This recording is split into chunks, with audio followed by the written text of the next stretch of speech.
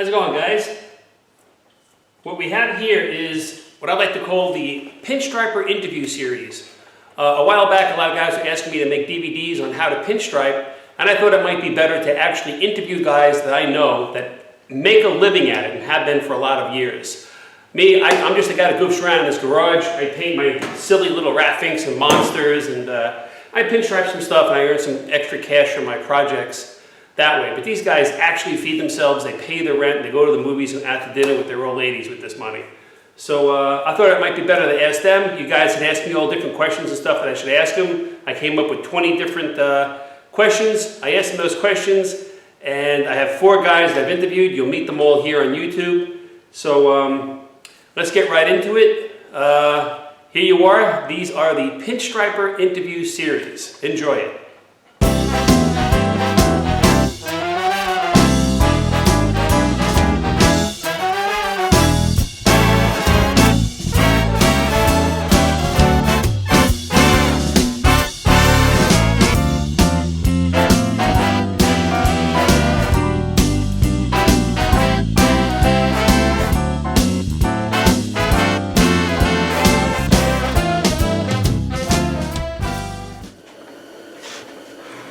Oh boy. All right, guys. This guy here. I love this guy to death. So that's, the freehand stripe work.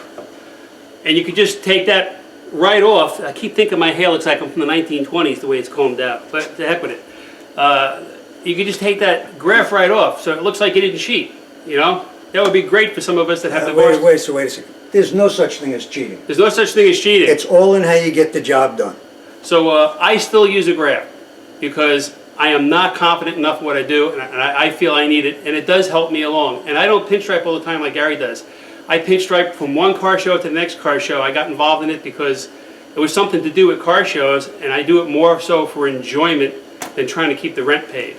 So I'm not as good as Gary is because I don't do it every day. I do it when I feel like it. The last time I picked up a brush was been at least maybe 2 months ago, a month or so ago. So Gary's got that brush in his hand all the time, so he's fantastic at what he does. So I'm going to take my the list from the home office in Belton, Missouri, and we'll sit down and we'll actually one-on-one answer the questions for you guys. So this way I make sure I didn't forget any of the questions that you guys have asked. And I feel some of them are great, some of them are important, and I know I covered a lot of them already, but I'm going to sit down and ask Gary these questions anyway. So let us sit down because my legs and back are killing me from standing on concrete in my sneakers all day. So I'll kill the camera now and we'll move on over to the other side of the garage. Alright guys, while Gary cleans up his paintbrush, don't forget to clean your paintbrush or you're throwing like 30 bucks away. So you got to take care of your paintbrushes. We're going to cover some of that here for different types of paints, whatnot, and the other thing. Alright, so somebody had asked Gary, how do you get started pinstriping and what are the basic tools in paint? What would you suggest for someone who doesn't do this at all and wants to get involved, even like I did, just because it's something that's fun to do and I do it at home. And I paint aluminum Bud Light beer bottles. I spray can them and I'll paint a monster on there and stripe the other side because I just because I like doing it. I think the first thing to do is to buy a basic pinstriping kit. Basic pinstriping kit are is one-shot lettering enamel. Right. You can go to excalibur.com. They have all different kind of brushes for sale, a couple of pinstriping kits. In the pinstriping kits, there's little designs. I'm not sure how many small brushes they put in there, and they put in the basic colors. I think, I can't tell you the price, it could be $100, $150. So basic colors would be like black, white, red, yellow, blue, the primaries? Yes. And probably like a 0 and 00 brush. Probably. So it's like an under $100 investment. Yeah, you're going to get some real small cans of paint, but it's a good beginning. You've got everything there to start with. Right. If you're going to experiment with brushes, and at the beginning you should always try every kind of brush you can get a hold of. Because every brush feels very differently. And of course, everybody's hand is differently. Everybody's eye coordination is different. So if you don't know different names of brushes and stuff like that, it would be good to go to like one of the indoor winter car shows where they have the pinstripers for the charity auctions and stuff and ask the guys questions, because I know that's how I got a lot of questions answered. So you ask what kind of brush do you use, what kind of paint is that. I'm always very forthcoming, telling, like, especially little kids and stuff, that they're very interested and fascinated by it. You know, to me, the more art out there, the better the world is. So I always tell people, hey, this is what I do, this is what I use. I got no problem with that. That's a good way to, like, get free information. Sure. I think at all the car shows where pinstripers go to, or pinstripers are actually working, a lot of them work for charity at these shows, they'll answer questions. Everybody is there to help everybody. It's that kind of a thing today. Yeah, I found that the bullpen, as I like to call it, at some place like Detroit or Chicago, it's very low ego. I mean, I'm not going to say there's no egos out there, but it's more of a family reunion party atmosphere. And guys are just striping because it's fun and they're hanging out with their friends. You know, it's really a very welcoming experience. Even if you're a new guy and you show up, you got an old, you know, Bass Pro Shop fishing tackle box with your black and white and your one brush, trust me, you'll be good to go. Just show up and somebody will take care of you. Now, about, like, how do you get a steady hand? How do you not be like, oh, A lot of it becomes confidence in yourself, practice without a doubt, because the more you practice, the better you're going to get. It just takes time to put down that line and have confidence in yourself so that you're not worried about making a mistake. If you're worried about making a mistake, you're going to make mistakes. But if you're not going to worry about it, you'll make mistakes, but then you won't care, and then you'll go and practice again and do it over and over till you start getting steady. So, like how I would, like I say, I always run my pinky, I hold my brush, I run my pinky in a car, and I grab my right hand with my left hand, and I'll do what I got to do to keep my hand steady. I know you do it like this, that you run the bottom of your hand on a panel, and I see guys sometimes, especially letterers, they have that long stick. It's called a maul stick. A what stick? Maul, M-A-L-L. M-A-L, maul, like the Mall of America. And they'll use that, this way, if they're working on a big area, you can keep your hand up and off so you're not dragging it through your wet product and do what you got to do. There are pinstripers that use a maul stick while they're striping. One of the guys that I know offhand, his name is Mike Fredericks. He's a great pinstriper. He's got a shop up in Mamaroneck, New York. Does a lot of his pinstriping always holding a maul stick, not to get his hand in the paint. And that's just how he does things. That's how he learned. So it's not this way or the other way. It's just how he learns and how he keeps going. And no rules, but he's got a great business going, and he's a real good striper. now, and how do you trim your brushes? One of the guys asked. Now, I know we covered that with the little hair at the very, very tip. I see some guys, and I'm going to grab a brush and show it to everybody. This, I mean, I've done it too. I'm not going to say it's right, wrong, or indifferent, but they take their brush like that. Can you see that? Let's hold it up like this. All right, see if I can get that. And they'll chop it like right here, right at the top, and take like a lot of that off. Where? Well, they'll cut it. I've learned you never cut it off the heel. I don't even know which way is up. That's that. Never cut it off the heel that touches what you're pinstriping and pulling. I've cut it off the top to get rid of some of the things.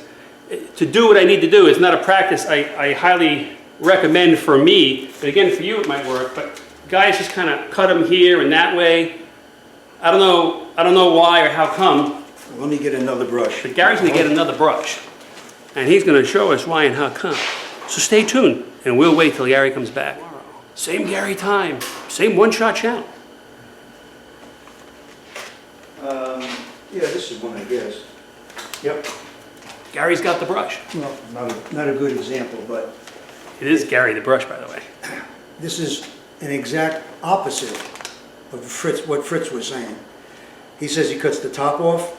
I kind of disagree. I cut the heel from the bottom. You cut from the bottom? I cut the heel from the bottom because the longer hairs, you want them to stay out there stiff. This proves that there's no right or wrong way to do it. Whatever feels comfortable to you. I cut the bottom hairs off because The longer the bristle, the straighter the line. the longer the bristle, the straighter the line, and it'll bend more because you're taking out the stiffness from the bottom. From that part, the heel, the bottom. So I cut out the bottom. This brush doesn't show it a lot, but I have no problem cutting this brush in front of the camera if you want. Nah, it's all right. You know, okay. Because I have so many mutilated brushes I can show them later in life. All right, but I cut off a little section off the very bottom of the heel. I'm trying to show it to the camera. It's all right. The heel's like at the bottom of the brush, and he's cutting just a little, like right You can into. see some of the hairs are already missing Right. on that. I'll try and, yeah. you can see, like right, I'm gonna point and then I'll show you with the paper. You can see, oh, you can see right off my chinny chin chin. We're right there, that little divot. So Gary's already mutilated and hacked this brush, guys. But it works, and this is the brush he was using to do that piece of marble. So obviously it does a great job for Gary. Now, what about like the tip? Now, the very tip of the brush here, I've seen guys, they cut that, and that's called blunting the end, or a blunt. Some of you Cheech and Chong guys know what I'm talking about. But yeah, so what about just cutting the very tip off? If you take more than 1/32 of an inch, even less than that. Gary cut that one hair. It was just one little hair, and you saw that on the camera. But what about like really just, you know, taking off some meat? You're gonna ruin the brush. So there you go. So that's a no-no for me and Gary. That's two of us so far. If you take more than 1/8 of an inch off, you ruin the brush. All right, so that's kind of like some trimming. And like I say, everyone, I'm asking these same questions to everybody, and everyone's going to have a different answer to you. But the best tip you've ever learned, that would be mine. Don't do it to become famous, do it because you like it. I think the best tip that I can actually give is to, after practicing, do the best you can, the best ability that you can turn out for yourself and for a customer. This way, quality is the most important thing. And like I've always said to everybody, perfection is in the detail. As fine as you can get it, that's what's important. Today, everybody wants detail and perfection. So practice and it'll happen. Do it because you want to do it. All right. How to thin the paint and what kind of thinner? Now, thinner could be gasoline like Frankie Bird. Yeah. You could use gasoline like Frankie Bird. It's not highly recommended because you might go poof, you know, especially standing next to the heater like I am. So Gary uses urethane paint, so he's using A urethane thinner. a urethane thinner. All right. A lot of guys, probably most everybody else I speak to, is not using urethane paint and or a urethane thinner. So for Gary, go ahead. I'm using urethane, and the brand that I'm using has a thinner that is available for it, so that's what I use. If you're using One Shot, which is highly recommended by almost everybody for a beginner, One Shot, the brand of One Shot paint, has its own reducer. I happen to have a can of... It would be very forgiving if you want to wipe off and go back, because it takes a while to dry also. One Shot takes a few hours to dry. This happens to be their particular reducer. It's called low temp reducer. It's they have a high temp. Low temp is for cold weather, so it helps it dry faster. And of course they have a couple of other different additives that you can. So if you were going to start out with your paint starter kit like we were talking about, like a medium would be a good one to get because it's in between the middle of the road. Right. It also, the medium one also has a gloss additive to it. It helps it shine better and flow out. If you want it to dry faster, you use the low temp that I just showed you. And as a plug for Vondego, he has something new called Kickstart. And Kickstart is something to speed up the One Shot. Yeah, you guys, you can pause your DVD player and read that. No, you can't. There you go. I'll see if, yeah, let me get my finger off the text. That'll help you, right? So you can, like I say, you just Google Vondego. I'm sure he's got a Facebook page and he would appreciate a few more followers. He does. So there you go. I'm holding that steady. Like I said, I hope you can pause the DVD player and maybe read that whole thing about Kickstart. So how important are brushes? Now I know that there's quills, fine line, straight line, the little tiny guy you sign your name with, very, very small, which is why we wear bifocals. So how important are brushes? Well, brushes, obviously, it's the whole core of the business. I think we covered a lot of it, but just as a refresher. Well, I'm going to go into two kinds of brushes. There's synthetic and natural hair. I'm not going to get into all the different types of natural hair. There's squirrel, there's ox, and that sort of thing. But in general, you have natural and synthetic. Most of the synthetics are mixed with natural hair. They're not 100% synthetic. So it gives you a different kind of feel. Problem with some synthetics are, if you use them with urethanes and clean them with lacquer thinner, they have a tendency to curl, so they don't last too long. Now, as far as signing brushes, I happen to like to use a very small, tiny brush that's made with the name of Alan Johnson.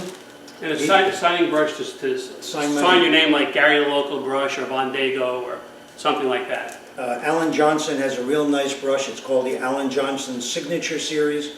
It's a synthetic brush. I use it. I sign my name real small with it. It's a great brush.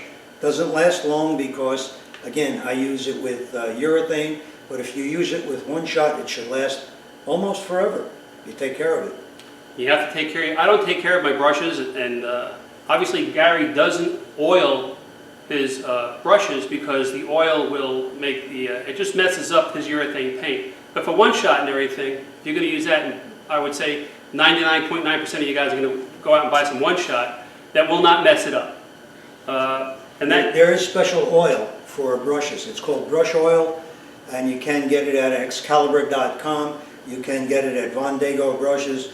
They all make a different kind. It's good for the hair and keeps the brushes soft and does not let the paint that you leave in the brush, doesn't let it dry out.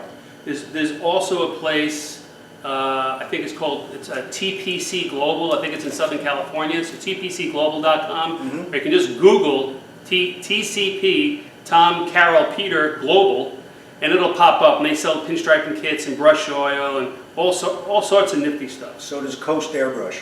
Coast Airbrush, I just discovered from Mazuma Mike Babel out in, he's in Utah someplace in the mountains, freezing his butt off at night. Yeah, that place is pretty fantastic. They have like Everything. everything. I was amazed. It's very addicting though. You'll spend a lot of money. So just only get what you need and start out. So how do you load your brush, and when is it loaded properly? Now I know we covered this, but I'm just going to ask again. Well, again, we have to, when you dip the brush in the paint itself, you have to get the complete brush full of hair, full of paint, all the way to the heel. So the complete brush is flexible, not half full of paint.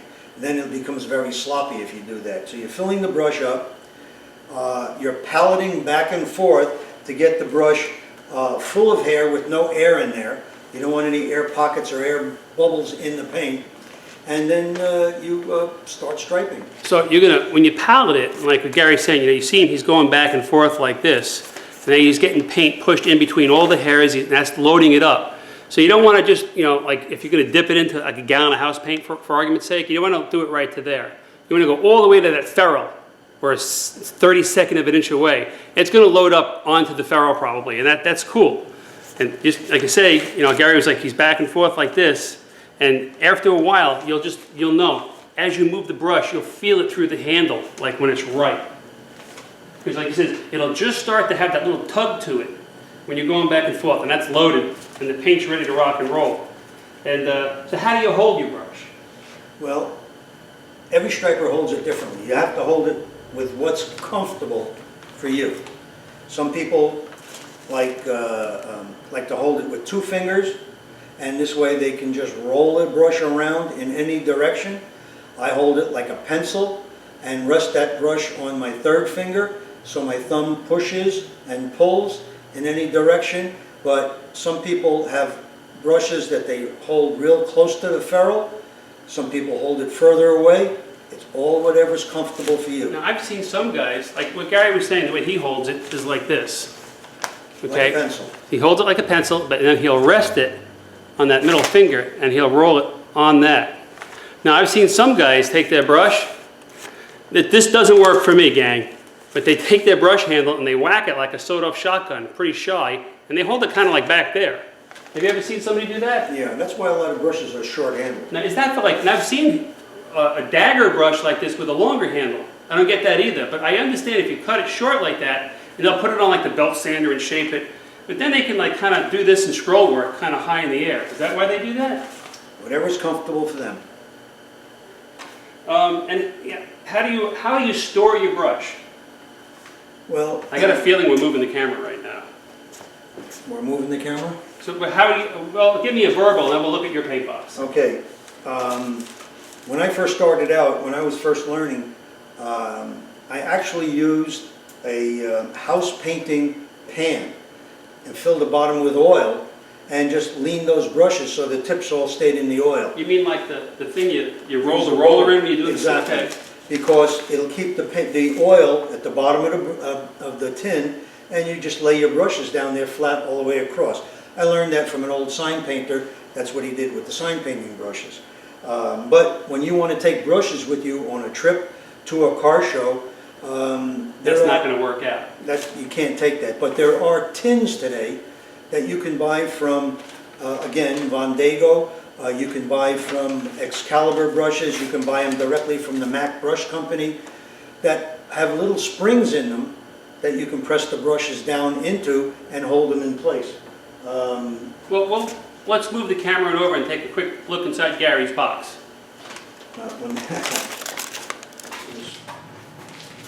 All right, guys, so this is Gary's box. And you can see this is the tin he was talking about with the brushes. And the springs and everything, I'm going to zoom in so you can see that. And you can see like the spring in there and how we got all the brushes kind of just setting, and all the bristles are oiled. Okay, and I want to just move the camera back and forth on that so you can get a good idea of what we were talking about with the little tin and the oiled bristles. Okay, and there's the other box he has. It's the same deal, and these are like lettering brushes and quills, I guess, and some of them look like striping brushes. Now let me back this out. All right, and this is how Gary has his brushes stored. So why don't you go ahead and tell us, Gary, and show us the brush oil and stuff like that.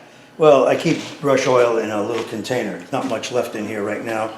But brush oil is made of an oil that doesn't dry out, and it's also good for the hair, like probably has vitamin E oil in it, which I'm pretty sure it does. Now, some of the old folklore tales or guys would use transmission fluid in their brushes.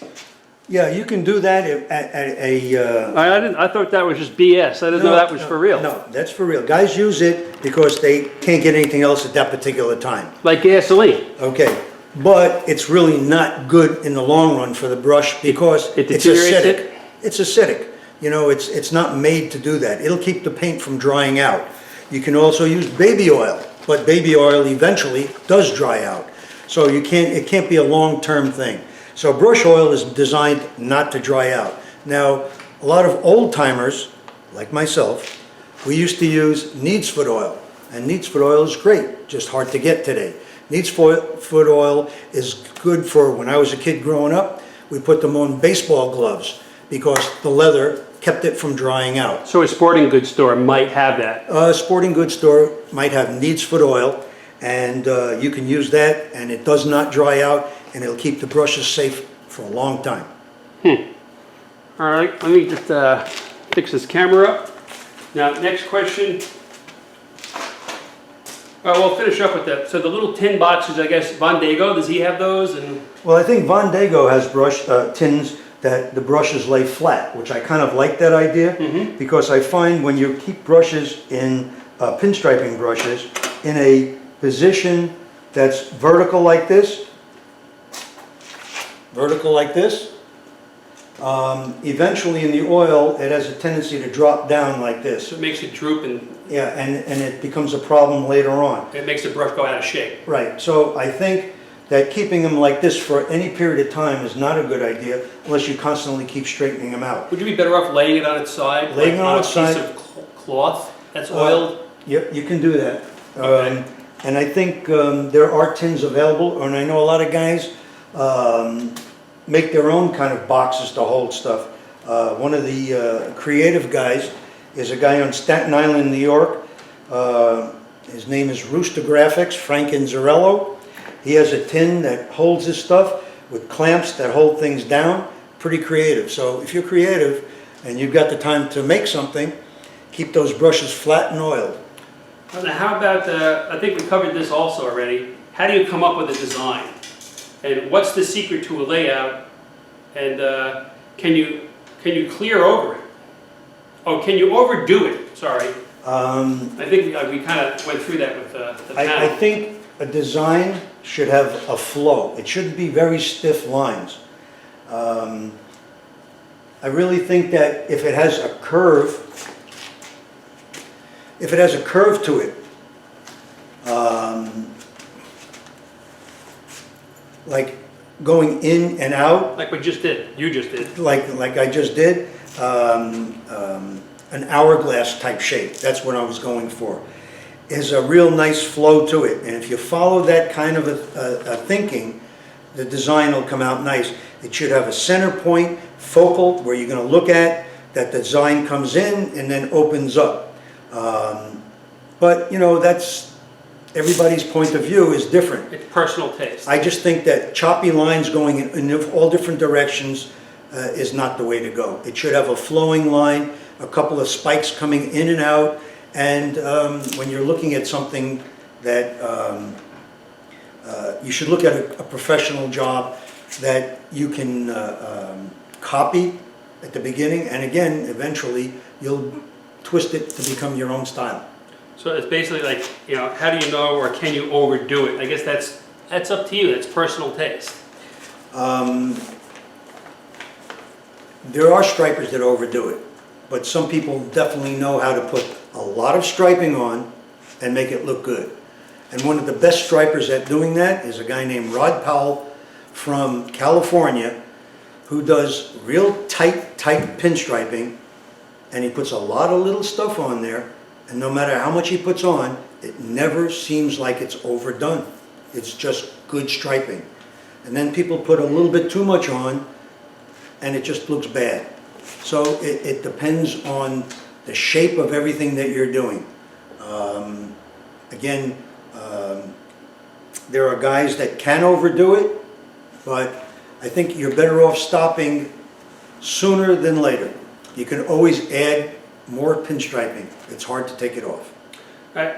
And I think we covered this already when we were doing Gary was doing the piece of marble. When pulling a long line, how do you go back into it and start pulling the line again? So again, it's like when you pull on that line and you want to come off and pallet and go back and finish it, like I guess a 59 caddy quarter panel, and we kind of covered that where Gary said you kind of start thin and work your way back to as thick, like a couple inches of the line you were just doing. Well, a good brush will hold its shape, and by holding its shape is when you're putting that line down and you pick up and you want to put it back down again, it's almost in that same position. It's almost in that same thickness. It's also a matter of pressure. After a while you get used to putting that same pressure down when you see that line. So after the line stops, back up about 6 inches. You can do less after you get better at it, but at the beginning, go back about 6 inches and slightly pull into it and start tapering from a thinner line than when you were starting to the line that's actually there, and then continuing. And again, I think we covered this. You hold your breath. You know, do you breathe, hold your breath when pulling a line? Now, like I said, sometimes if I'm feeling a little shaky, I had too much Mountain Dew or something, or a caffeinated coffee, I'll do what I got to do. Or if I'm not comfortable in the position I'm in, like this or something, then I will. And you had said only once in a blue moon you'll do it. No, most of the time I know that I breathe because I've heard the question before. But the only time that I'll hold my breath today is when I'm extending myself past the point where I'm comfortable and I'm leaning into something that if I don't hold my breath, I might be off a little bit. But in general, doing the line, I can talk. People ask me questions. I'm breathing, not holding my breath, and it's just comfortable that way.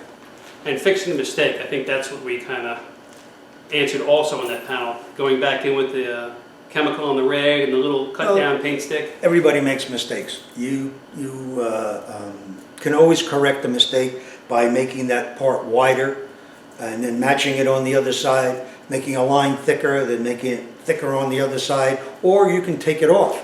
You can wipe off a line and then learn to go back into it and continue that line back to where it was. It all depends on what you're working at and what you like doing. And what's the best striping paint that has good cover? Now I think the industry standard would be one-shot. One-shot lettering enamel. So again, it might be something that you, your local pinstripe guy or your local brush, if I learned from Gary and he taught me how to use urethane, there's going to be no going back for me. I'm using urethane. I learned with One Shot. I mean, if Gary was like, look, I got this brush and some Rust-Oleum, and we're doing good work, then you're going to be a Rust-Oleum man.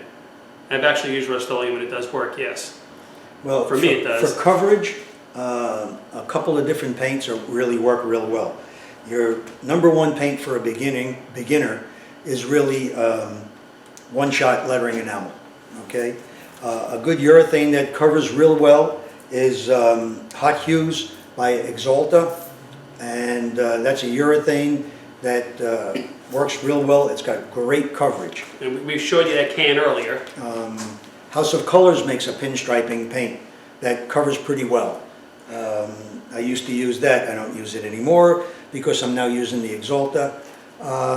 But sometimes when I want to do a car where I'm going to clear over it, I actually use base coat from either the Sickens company, the Sherwin-Williams company, one of their base coats that cover real well. It doesn't have a lot of clear in it. And I'll use that because it's the same paint that the car is painted with, and it's easy to clear over with no issues. It's a little harder because it dries fast, but there are slow reducers. So that's what I'll use. That's actually the next question. When burying stripes under clear, what causes them to blur or sag? Now I know I had a problem where I did a stripe and I laid the clear on really heavy. I was just trying to get done. And you can see it just kind of starts like coming down and dripping inside the clear. And how do you clear over stripes? Well, first of all, if you're going to use a clear coat, One Shot makes a hardener that you put in there, and it's a urethane-based hardener going in the enamel so that it will harden up the paint enough for the clear coat not to affect the paint, because it becomes sort of the same kind of bonding. If you don't put on that hardener, most likely, unless you spray the clear coat dry. What I mean by dry is back the gun way away from the surface so that the clear is being sprayed very lightly and dusted on, and let it dry between the coats. So each coat is very dry and has no effect. Like overspray? Yeah, sort of like an overspray. So it has no effect on the paint, dries real quick, and doesn't penetrate to lift it. And that's the general rule for spraying clear coat urethane over One Shot. The first few coats dry, so let them set up as a barrier, and then later on you can spray a little wetter, and hopefully it doesn't penetrate enough to lift it. If you're going to use a urethane, you have to put the hardener in the urethane so it hardens first, so that the next coating of clear doesn't affect it. Or if you use factory base coat doesn't need a hardener. It's designed to be put underneath a clear coat. So I don't want to ever have any issues with lifting problems or anything else, so I'll always stripe underneath with a factory base coat. And again, like I said before, I use the Sickens brand because it covers real well, goes on smooth, and it's not thick. I use Sherwin-Williams again. That's another brand. That's Sherwin-Williams Automotive, not house paint, automotive, and you can clear over that. There's plenty of other brands, PPG, and a lot of other brands. I just can't say that because I don't use them. But Exalta was originally a DuPont type product, a Chromax, I think that's what it's called today. It works great, and with that paint, you don't put the hardener in it because it's like a base coat to begin with. So you just have to find the right product for you and read the instructions on the can, or get the paperwork that goes with the paint. Now, for some of you guys who don't own it already, I have a How to Paint Your Motorcycle at Home DVD where I pinstripe a set of Sportster gas tank and fenders, and I do it with One Shot, and I clear over it. So if you want to pick up that DVD, it's up to you. You actually see me just dust the clear on there and bury it, and then I load it on and wet sand it out, and it comes out fine. Next question would be, what is the best way to start practicing if you've never striped before? Well, like I showed before, I think the first thing you want to do is learn control. To learn control, You've got to do straight lines at the beginning. Don't go into designs, because that's getting creative, but that's not teaching you consistency. Consistency is to get the line the same thickness throughout the job. So, like I showed originally on the book, pull lines on a telephone book or a catalog book from the top to the bottom, and just keep drawing one line next to the next to the next, until they start getting a little bit more consistent on the thickness of the line. Whether they're real thin or real thick doesn't matter at the beginning. Try to get them consistent from the top of the page to the bottom of the page. All right, next question, I think we've covered this more than 3 times, is striping with something other than one shot. Like I say, one shot's pretty much the industry standard. And adding hardener to one shot to clear over, which I think we just answered. Correct. All right, so we're moving on. Different brushes, pins, quills, and etc. All right, this is supposed to be concentrating mostly on pinstriping, so I think we've given you quite a few. It's a dagger style brush, and also for doing scroll work.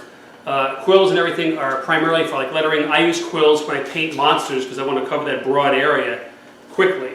And do you have like a quill or something that's handy? If not, that's all right. A quill that's not handy. No, let's see. Here's a quill. Right, there's a quill or a lettering brush. I guess it depends where you're from, and I'll try and get that up there so you can see like the brush and how it's like wide, and they come in numbers and everything. And this is like when you get them, they come like this. So you supply your own handle, you break it off with something else. Sometimes they'll come with a handle, but it's usually just this like little plastic sheath, and you put this stick right in there and you do what you got to do. So that's like a lettering brush, or like I say, I use it for a quill lettering brush. I use it for painting monsters. And again, it's the same, same laws apply to, I guess, oiling the brush and storage. So, well, there's one other kind of brush that we haven't covered, and that's a scrolling brush, not a dagger. It's strictly for doing curly-Q type designs with a lot of round circles.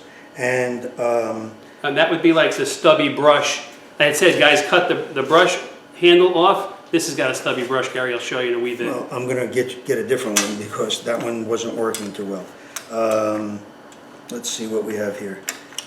There's different companies that make these type of brushes. Okay, this happens to be a thick one. Let me read it. I put my other glasses on. Okay, this is a Vortex by the Wizard. Wizard is in Ohio. He makes a beautiful brush. He does some beautiful scroll work. Scroll again. This brush is held straight up and down, and you only use the tip. Yeah, we've heard that before, Gary. Yeah, okay. Here's another brush that's also long. Let's see, I'm not even sure who's Let me this. show them that one. Okay. So there's that brush there. Here you can get a good look at that. Maybe it's better if I just do this. You guys can see that. And Gary says you pretty much just use the tip and you would hold it. Straight up and down. Straight up and down, and woo, do what you got to do with that. And this is the Wizard Vortex. And the number on it's WV-2 Mac. That's a big one. They have smaller ones also. Okay, here's another one by Steve Kafka, who does another scroller. Now I know you can get Kafka brushes out of like the Eastwood catalog. I don't know if you can get these, but if you, again, Google Steve Kafka, it looks like it's FKA. K-A-F-K-A. So if you Google Steve Kafka, I'm sure like tons of things and videos will pop up to keep you entertained through a pot of coffee. Again, I try and, there you go. Okay, gang. Here's another one that's pretty good brush that's being flown around now. This is a Ted Turner Dragonfly brush. Again, these are all for top pinstriping scrolling. You work with the brush vertically, perfectly straight up and down. They're all held just like this, and you do your designs like so, Here's another one, it's a shorter handle, smaller brush. This one happens to be a Bobo. Again, small. And that one just fell apart. Okay. It's had a hard life. Actually, it's brand new. Oh, really? I haven't even used it, and the glue of the brush just didn't hold. And there's a new one that I haven't tried either, and I don't have it in front of me, that Vondago makes as well. It's a smaller brush, similar to this. I think the hair is a little bit longer, and it's for nice designs. How do you clean and oil your brushes? Well, the first thing you want to do is get 100%, which nobody can, a paint out of the brush, because if there's any paint left in the brush. So you don't want to use the old reducer you've been dipping your brush in when you were striping. You want to use a clean batch of thinner reducer. Clean reducer 2 or 3 or 4 times. Maybe a white rag. You can tell if the paint keeps coming out. If you get a little dirty, I use my fingers to actually use the thumb to push the hair out of the heel of the brush. So you would take your brush like this and just kind of like against your finger. Push that paint right out. Push it like that.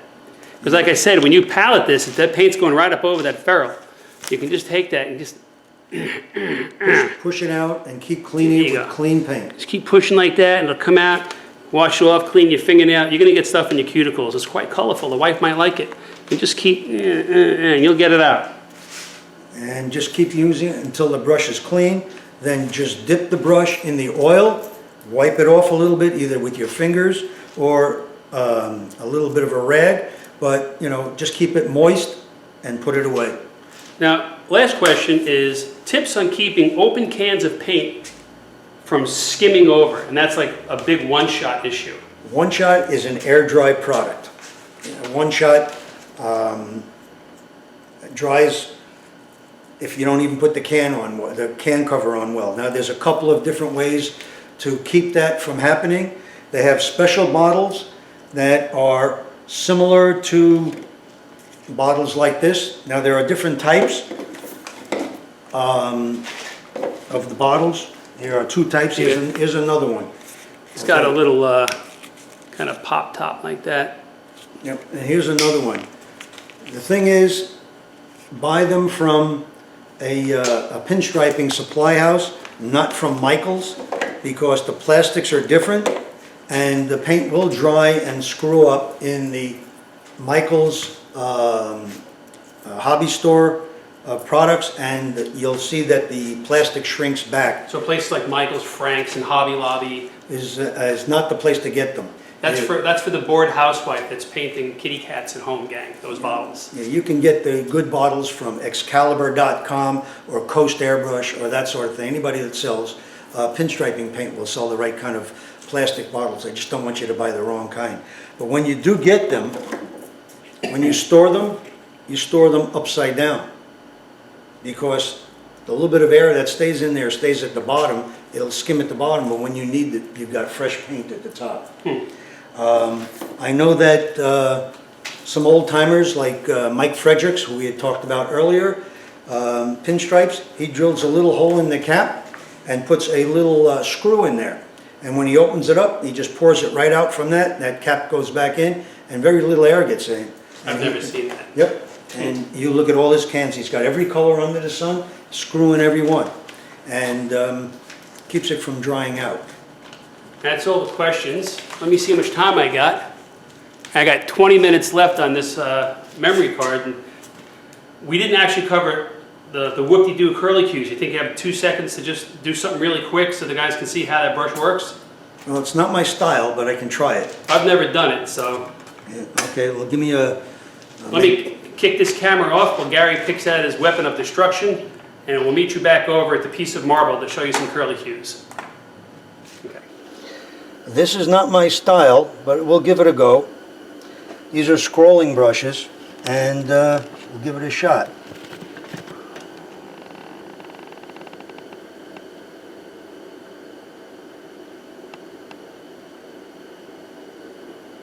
All right, I gotta go from the other side. Oh, and I did a good one.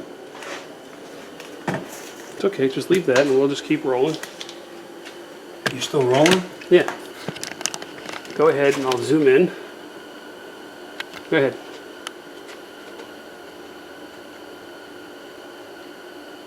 So this here is the scrolling brush, guys, and that's how you hold it straight up and get the whoop-de-doos out of it. Now, I've never done this, so I don't know what's going on. That looks pretty nifty. It's just a scrolling brush, and you can balance designs on both sides. The best one in the world at doing this is a guy called the Wizard from Ohio. He kind of developed the style, and he's great at it. So I'm just playing a little bit and adding a little bit here and there, pressing down at this point, lifting up, and I'm just going through my own work, spinning it around. No, we just wanted to show everybody what a scrolling brush does. So it has this kind of a look. Hold it up again.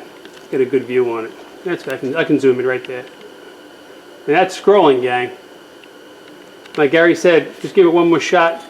You see how he holds that brush kind of almost straight up in the air? Straight up and down, and you're only touching the tip of the brush to the surface, and you're not really rolling it. That brush has to, you might roll it a little bit, but in general the brush really does the work. You just got to hold your hand still at the same height and just bring it down and around. If there's a roll, there's very little bit. Load it up again by pressing it down and come around. It's interesting. And if you got a little glob like over here, you can add to it, come around, and that's neat. We're just playing. And there you go, guys. I'll pan over that again. And that's scroll work. I just figured I asked Gary to do something really kind of quick. He was unprepared for it, but I figured, let me get my camera moved out of the way here.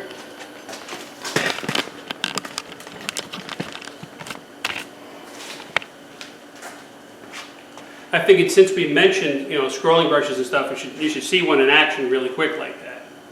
So that's it. I don't know how much of this is going to come out in editing and stuff like that. I just filmed what we got, hanging out with Gary here for the day, wasting his time today. You know, we'll move on.